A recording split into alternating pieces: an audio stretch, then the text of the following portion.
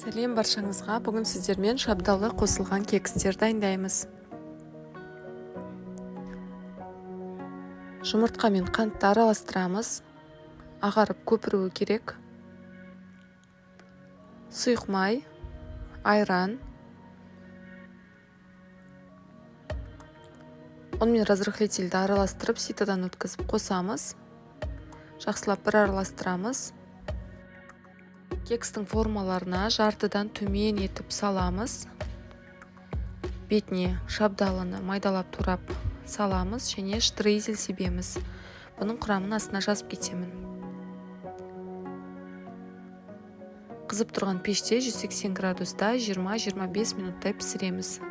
Біздің кекстер дайын, өте дәмді, жұмсақ болып шығады. Шайға дайындап көріңіздер. Барлықтарыңызға ас болсын.